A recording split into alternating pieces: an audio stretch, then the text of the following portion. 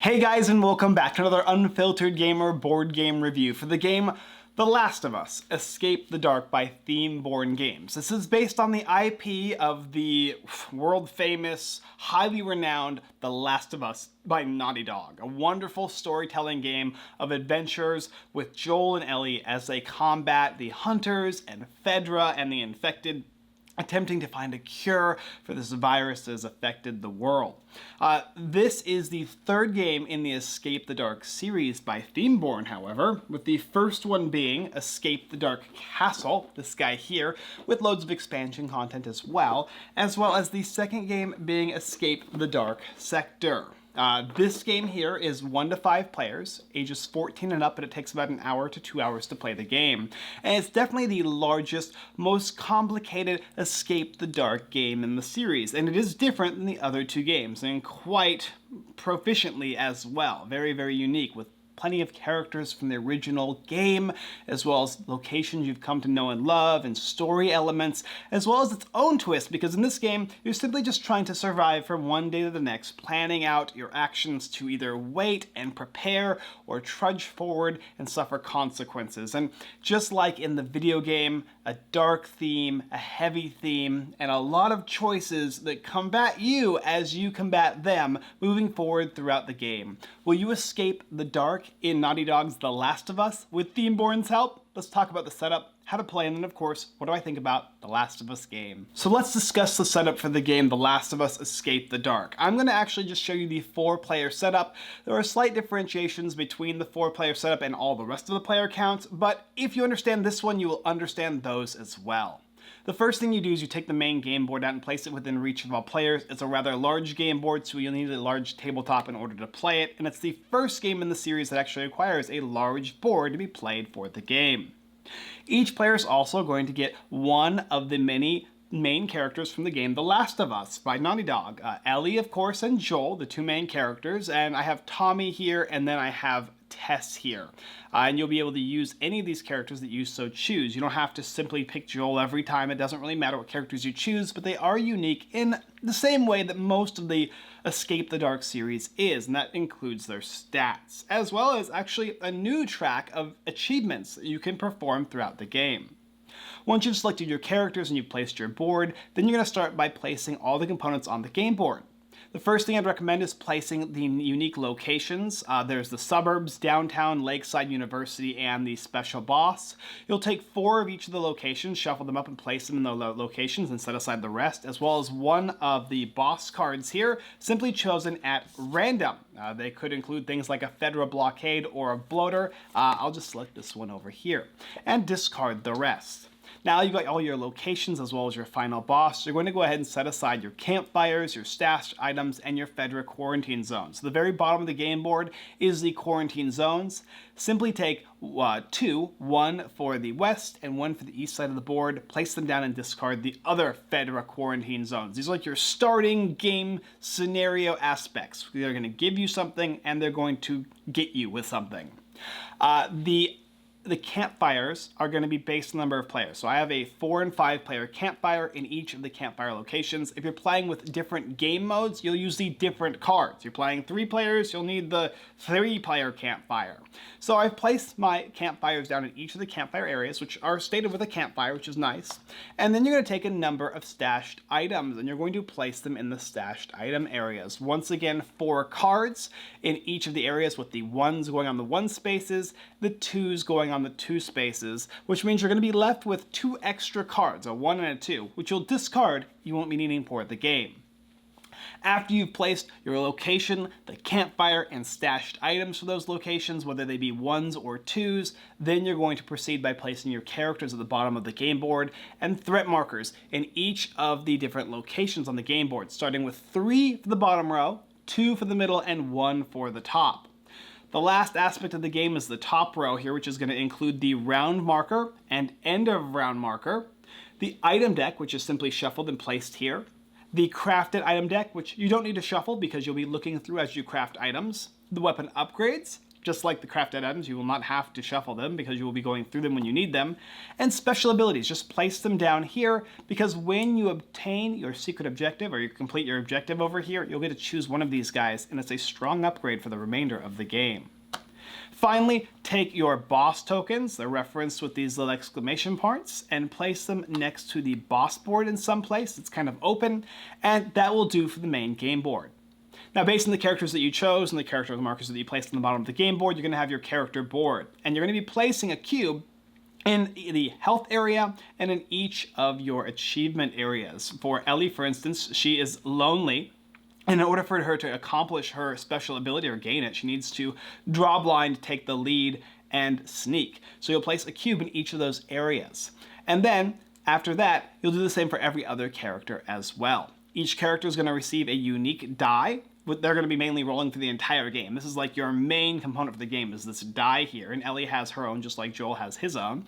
Place that next to her player board as well as some extra range dice, or the white ones, and then you're going to have starting items for the game. Go ahead and take all 6 of them for a 4-player game and divide them up between all the players who are playing the game. You can choose a revolver, or a plank, or you can choose a pistol, or you can have one of each, a ranged and a melee weapon, in which case you can divide them up in any way, shape that you see fit. Some characters will have more, others will have less. You decide how you'd like to play your game.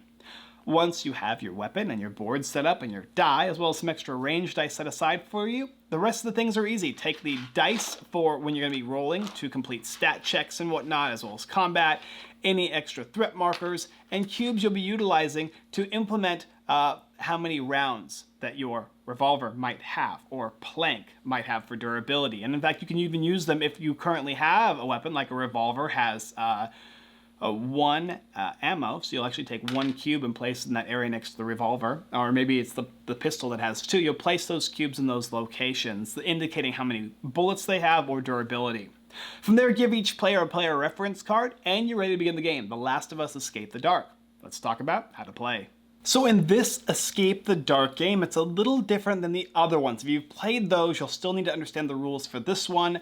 There are a lot of similarities between those games and this one, and the fact that as you play rounds, players will simultaneously be able to choose actions and do things in the game, rolling their die, working together or separately, being able to kind of sit out or not sit out, revealing new cards for new specific, unique plot points to take place in the game, while attempting to get across the board and reach the end of the area by completing the main boss here.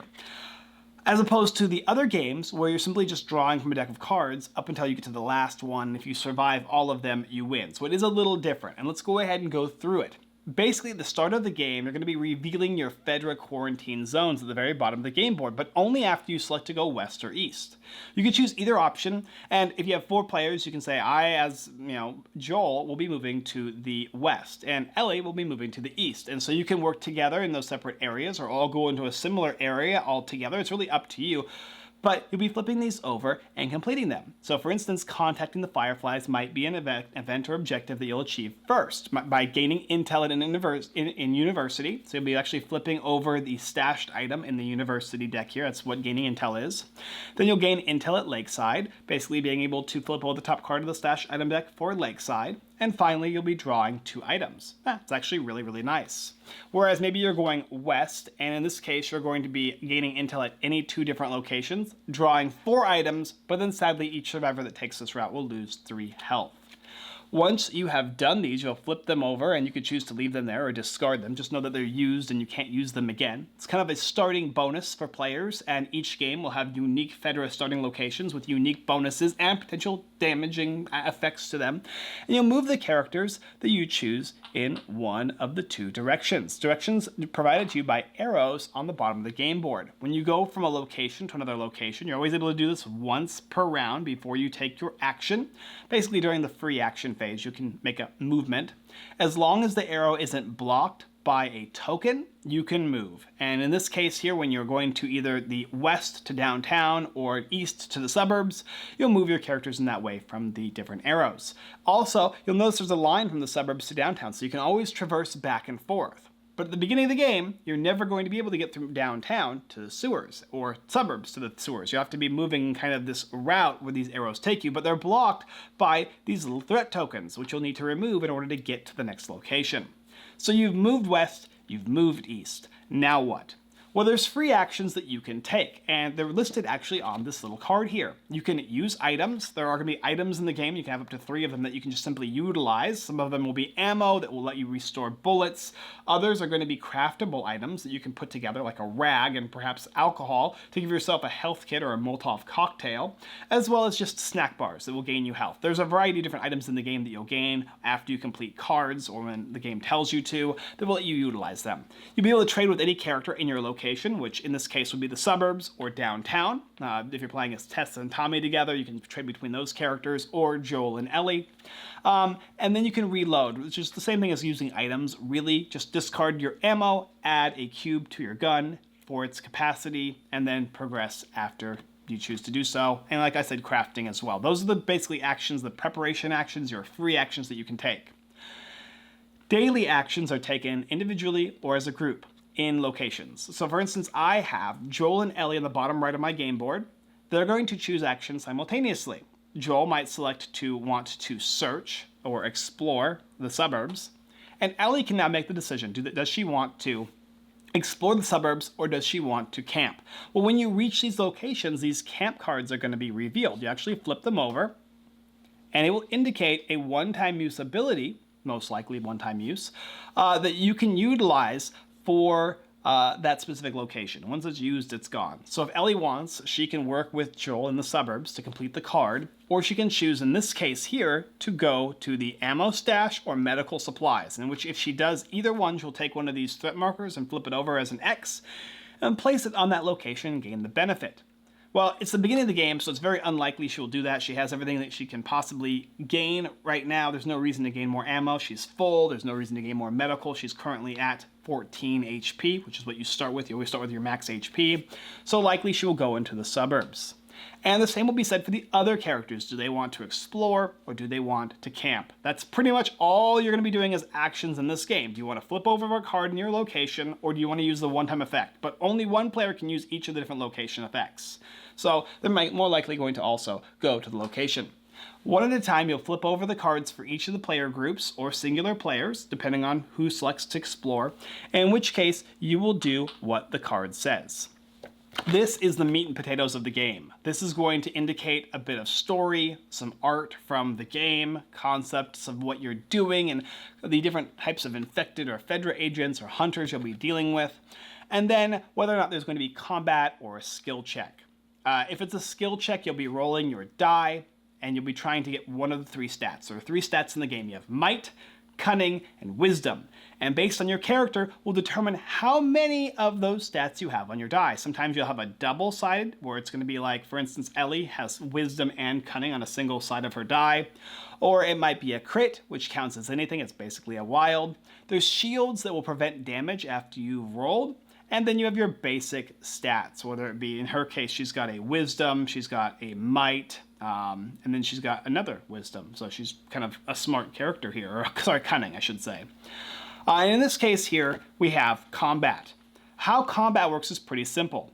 If you're able to, you can choose to select modes in combat. One might be to attack them directly. One might be to kind of come and like listen in and do all this other stuff. You can kind of select. And this one here just has one choice. You can choose to do the bottom portion of combat, which is allowing you to listen or to sneak, or both.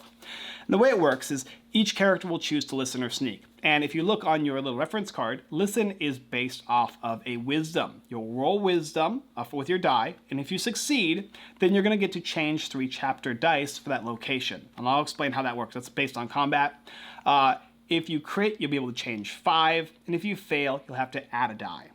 If you succeed, the next player can also attempt to listen. But if they fail, it's a fail. And the same is said for sneak, but in this case, instead of rolling for wisdom, you're rolling for cunning. And what it'll allow you to do is allow you to do an extra 1 damage, or if you roll a crit, it'll let you do 2 damage. However, if you fail, you'll take the highest damage on the card. So those are 2 things you do before combat begins. The other thing you'll do before combat begins is you'll check to see the dice that's going to be added to the card. And in this case, I have these guys here. These look like infected. And how it'll work is it's not a solo mission, it's a group mission. So you're going to be adding a number of dice. The dice is going to be 1 for each of the threat, which in this case is 3.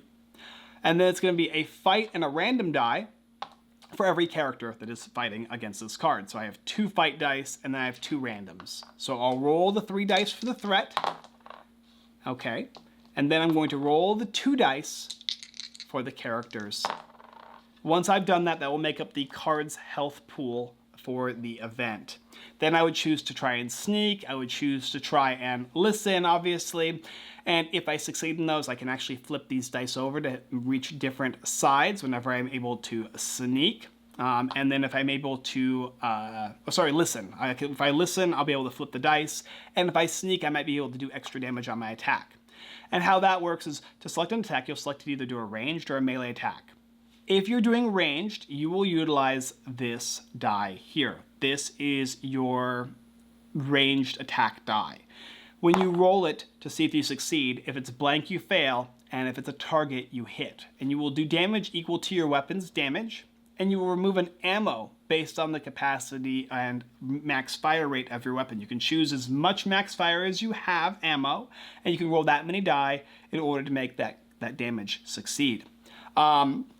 And then you'll do that much damage. And if you happen to also sneak and succeed, you'll take an extra 1 or 2 damage to the characters here. If you're doing a melee, you're going to roll your die, as well as add up any bonuses to melee items that you might have. And then you will check. Your die represents different symbols, and the symbols are based on the HP pool of the enemy. If you roll a strength, you can get rid of a strength. If you roll a cunning, you can get rid of a cunning. If you roll a wisdom, you get rid of a wisdom. And if there's a strength wisdom on one of the enemy die, you'll have to actually pool a strength and a wisdom together from players in order to get rid of that die. The other ways are if you roll a crit, you can choose to get rid of any of the die. And if you're rolling simply these black damage squares, whether it be in a ranged weapon or from a specific melee like notice that over there, there's a plank over there. You can choose any die that you want. So if she hits with her revolver and she succeeded at sneaking, she can do 2 damage with her revolver and 1 extra damage for sneak. So she can get rid of all these pesky double icon dice. And then if he rolled for melee and he succeeded, he could simply get rid of 1. If he rolled let's say a strength, he could get rid of a strength. However, if he rolled a strength, but he also used his plankster ability, it lets you get rid of an extra damage, he can get rid of these guys here. After you have rolled your die and compared your symbol to one of the die's symbols, as well as any other bonuses, whether it be from ranged or melee, you're going to check to see if the enemy's die pool has any remaining. And if it does, the enemy will get a chance to recover and attack you back. The enemy may or may not have a ranged or melee damaging skill. If you attack a melee unit with a melee attack and they have that melee damage, they will do it back to you. So in this case here, they have 1 melee damage that they can do to you.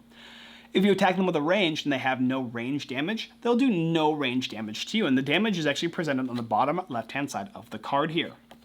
And so you'll just go back and forth. Roll the die, remove the die from the health pool, and if you roll a die and there's no symbol of the one that you rolled, you won't remove any. And they will just simply do damage to you, which will remove from your HP on the bottom left of your game board. Until one of 2 things happens. If a character dies, the game is over and you guys all lose. If you remove all the HP from the HP pool, you'll discard the card and you'll gain the benefit on the card. And at the bottom, it'll tell you to always basically remove a threat token from this pool here, from right to left. And when placing, you'll place from left to right.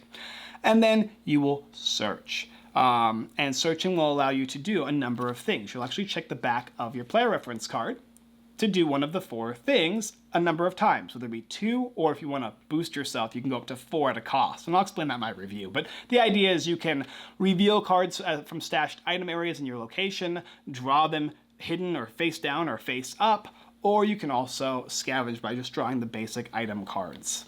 And then you will be done. And the next players will get a chance to go. They'll reveal their location, they will check to see what happens, and they'll progress throughout the card up until hopefully they get rid of threats and gain bonuses. And like I said, if you get rid of enough threat, you'll be able to move from a new to a new location. Additionally speaking, after everybody takes their action, whether it be to, they can explore, or they can choose to, explore or camp, then the round will end. And how the round end works is you will take the white marker here, you'll move it one to the left, and then you'll progress the game. If it ever hits one of these exclamation points, then you're going to actually increase the threat markers on every location. And if the locations are ever full of threat markers, they can't get any more, so don't worry about it. And that's it. That's how the game progresses. You'll move from location to location to location, until you have to defeat this main boss here, which the main boss is going to have unique combat of some form, as well as each of the threat markers that you'll be placing on this board here will increase the stats of the boss as well. And if you can defeat that boss, then you will win the game before one of three things happens. Either a character dies, or whether this board here, this marker here, gets to the very end, hitting in this case here past round 17. And there's also a few others, which I'll talk about in my review for the game. But that's the basic idea of Escape the Dark, The Last of Us. A lot of stuff going on, but I hope you get the idea of it. I'll cover a lot more in my review as I kind of cover the topics, what I liked and what I didn't like. So let's cover the game, The Last of Us, the first IP-based Last of Us board game that I have heard of and or played. This is a thematic game based on the theme-born games Escape the Dark series, like The Castle and The Sector. These games are all similar in how they kind of function, where it's you're drawing cards, which form unique narrative elements. Complete the card, whether it be a skill check, where you're just simply rolling your main die here and trying to get cunning or might or wisdom, or whether you're attempting to do combat, in which case, based on whether it's a group or a solo event, you'll be adding die to a pool, you'll be rolling your die, and your players that are with you will roll theirs, removing those die from the enemy. And then if the enemy has die left, based on your attack, it will attack you back, removing your HP. And you'll rinse and repeat, utilizing your items that you could use in combat, utilizing a ranged or a melee attack. And then also, of course, checking to see that your HP doesn't fall to 0. Because if you ever fall to 0, you lose the game. Speaking about losing the game, I'll cover the other ways. The other one I talked to you about was if the white marker ever hits the 17, in this case for a 4-player game, thusly ending the game not in your favor, you lose. Or finally, if the boss tracker here ends up with 6 threat counters on it. It has a little X indicating the last threat counter that it should not have, but if it gets there, you lose. So 3 ways to lose and only 1 way to win, which is if you can defeat this boss here. This game is got 1 way to win. And the way to win is you need to start at the bottom of the board, claw your way to the top of the board and defeat the boss. But the game is doing everything it can to make sure that you don't do that. And the way it does that is it blocks your pathing. It stops you from getting from one location to another by preventing you from moving from like the downtown to the sewers because of the threat markers, and the sewers to then lakeside or university, then finally to the last location. And you'll have to make choices in this game. Do you want to stick around, fight the easier enemies, gain the benefits, and reap the rewards? However, the more you do that, the more threat locations start looming, the more challenging it is to actually move from one location to another, and the more difficult it is to reach the boss, thusly ending your game either at the 17th round marker or because somebody in fact has died. And players will die in this game. This is a very challenging game. No different to the other Escape the Dark series games of The Castle and The Sector, in which case players will die, and often, and it is a challenging experience. The Last of Us is no exception to this rule, and in fact might be the exception in the fact that it's even more challenging, because now you're presented with, instead of just drawing the cards and hoping for the best, you have options. Do you want to move left or right? Do you want to continue, or do you want to stay? Would you like to camp, or would you like to fight? And the benefits are useful in all different locations. However, going at it alone can be challenging, even daunting and harrowing in a lot of cases, and risking it for the biscuit, as you might say, can be a great thing and also extremely costly. I didn't speak about this as well, but as I spoke about kind of the setup where you have these 3 cubes to start with, like Ellie, for instance, is lonely, and so she has to do these 3 actions in order, and when she does them, she'll remove a marker for each time that she does one of those actions until she has none left, in which case she'll get a special ability, but she'll have to draw blind, which means that she'll have to draw a random stashed item, and you do that by simply searching. You defeat a card, you'll get to search, and one of the actions on search is just to draw a random secret stashed item. And if she does that, she'll remove this cube. The next one is taking the lead, which means that whenever, just like any of the other games, taking the lead functions like this. If you have two players at a location and both want to explore, one of them can choose to take the lead. And some cards in the game will say you. When they say you, it means the player who said, I'm going to take the lead. Basically, they're like the tank for that specific card. And you can back and forth choose who's going to be the tank from card to card. But once you've selected you're the leader, you're the leader. And so she'll have to take the lead at least one time. And then finally, she has to sneak. She'll pass a sneak check. There are cards that will say you can pass a sneak check, or there's going to be specific combat where it'll allow you to sneak, just like it will allow you to do the, what's the other action? The listen.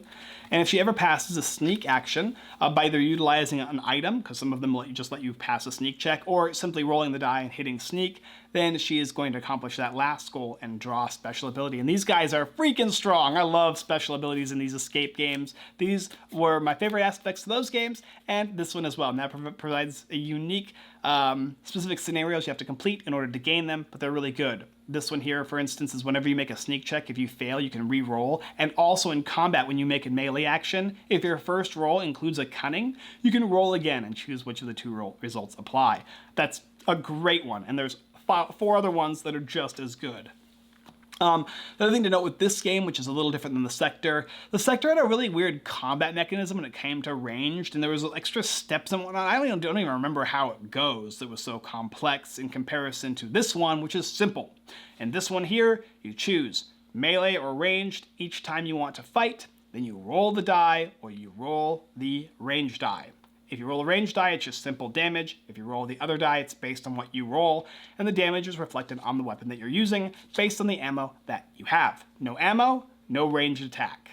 And no durability on one of your melee items, the item gets discarded. And there's a wide variety of different melee and ranged items that you will find from the stashed areas as well as the item deck, and if you're lucky, you can craft items in the game. Each of the cards represents a stronger difficulty as you move from downtown to the sewers to Lakeside and then finally to the last boss. And of course the last boss is a challenge, and it's an extreme challenge. In fact, the game is so challenging the first time we played, we didn't get past the sewers. That's right, I didn't move past 2 locations in this game because I took too long. If you wait in a specific location and clear all the cards, that location will never gain threat, and you'll remove all the threat from that location, which is not the way to play. This game is all about moving from location to location, making the choices that are hard to get from the next space to the next space to get to the final boss. You'll leave behind a lot of options, and maybe even some players, to get to that last boss. Somebody's at 1 HP, and they're not looking so hot, they might have to stay behind at the university or sewers in order to camp and gain some HP, while Joe, Ellie, and Tess go on and take on the final boss to hopefully succeed and complete the game. However, if one player dies, the game is still over anyway. This is a hard game, it's a dark game, and it's a gritty game in the choices that you have to make, and it's shown throughout the theme of not only the game The Last of Us by Naughty Dog, the PlayStation game, but also in the board game based on the Dark series, The Castle and the Sector. Those are also dark, gritty games and challenging, and this is no exception. These are challenging games. This is probably the most challenging game of the bunch, because now you have those options to kind of push forward or go back. It's also a lot of luck. You're rolling dice, there's mitigation, and there's choice, but at the end of the day, if you don't roll what you need, you're going to be out of the lead. You're going to be done in the game. You will not succeed if you roll poorly in this game, no matter how many cards you have of use. You need to get a little bit lucky in order to succeed this game, but it's part of the thrill and part of the fun. If you played the other 2 games, you'll enjoy this one. It's cleaner and more coherent, a little more challenging. I really wish cards like the ammo just refreshed your ammo fully for any gun that you want, as opposed to just 1 bullet. I wish you drew more item cards or gained more stash cards. I wish there was an easy mode for this game so that the first time we play we can explain it, you can win, and there's less feel-bad moments. Because playing this game the first time with a new group of people was a bad idea. Should have played with my more experienced group, because you had a few people who just didn't like the game. They didn't like it. They felt bad. They rolled the die, they failed, they used their mitigation and they still failed, couldn't get through locations because the threat was getting too high, and they failed in that way. It was just failure after failure after failure, and the game was dark, and it was sad, and they were sad about not winning. They didn't feel like they ever made a lot of good rolls, and that can happen in this game. So I'm not going to sugarcoat it. This game is challenging. There's a lot of times where you're going to wish that you could do a thing, and you just simply can't do it. And that's part of the theme of the game, actually. That is kind of on theme with not only this game, but the other two games, as well as, of course, The Last of Us. I think that's a great IP that fits with this type of a game.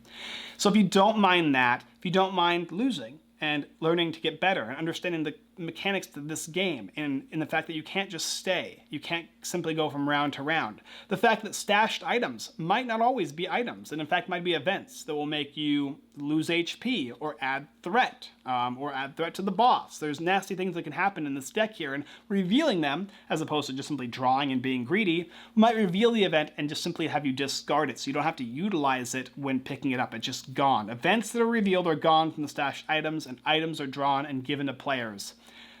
Sharing items is important. Being able to craft items and give to players at the most important times is really useful. Choosing to sit out of a combat might be important to do so until you heal up.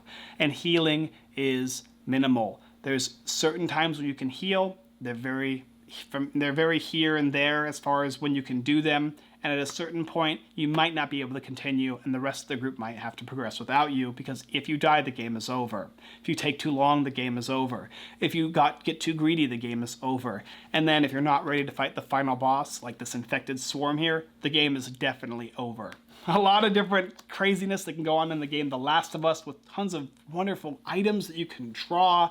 The great artwork featuring the Last of Us characters like Ellie and Joel. One of my favorite PlayStation games of all time, if not my favorite, is The Last of Us. Not so much the second one, but I love the first game. The crafting in this game is fun, although the items don't feel super extra strong. They're slightly strong, and they can give you bonus durability when you do so. Still a nice little mechanic to have. And upgrading weapons, while also not incredibly crazy either, the best stuff is in the stash, it's still a fun little added mechanism for you to kind of hoard items, trade items, work with the items you have more with other players. And the last thing is that in this game, as opposed to the other games where players can sit out in combat and gain an HP and not do anything but at the cost of everybody else, this game doesn't have that. You're fighting until the game has concluded its event, in which case somebody is dead, or you both are successful and you move on to the next event, and hopefully you have gained some HP, new weapons, better, unique aspects to your character, as well as completing your objectives in a timely fashion. That's the game The Last of Us for you. It's an excellent little game. It's a wonderful little game. It's hard, it's gritty, it's deep, and it has some random mitigation, as well as, of course, random luck. If you're looking for a game like this is one of the best in the genre, obviously. And if you're looking for something a little easier, probably Escape the Dark Castle is the first one I'd go with. This is definitely on the more complex side. There's a little bit more rules, but more quality, more storytelling, and all that. The only thing it doesn't do great with storytelling is there's no first card that explains what's going on. There's a little paragraph at the front of the rulebook. I wish, just like the other Dark games, you'll draw that first card, you'll read it, and this is where you are, this is what you're doing, and it starts the scenario, as opposed to the Fedra ones, which just kind of tell you you gain the stuff, now go ahead and do your thing.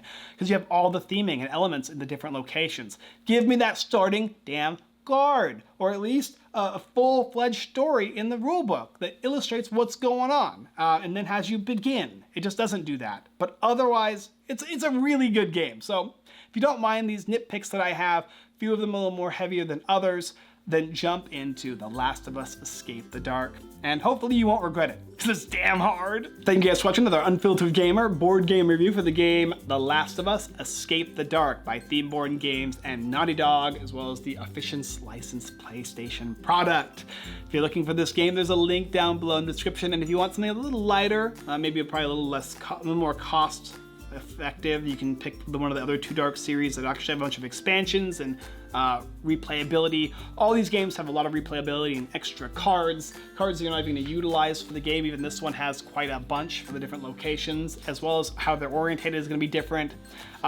you can go ahead and pick it up there. You can also go ahead and if you think this is a good video, if you enjoyed this video, go ahead and push that like button, hit the subscribe button and the bell notification button as well. We do greatly appreciate it, and hopefully I gave you a good understanding of the game as well as the benefits and the negatives of The Last of Us Escape the Dark. Alright guys, thank you so much for watching, and as always, I hope that you escape the dark with me next time.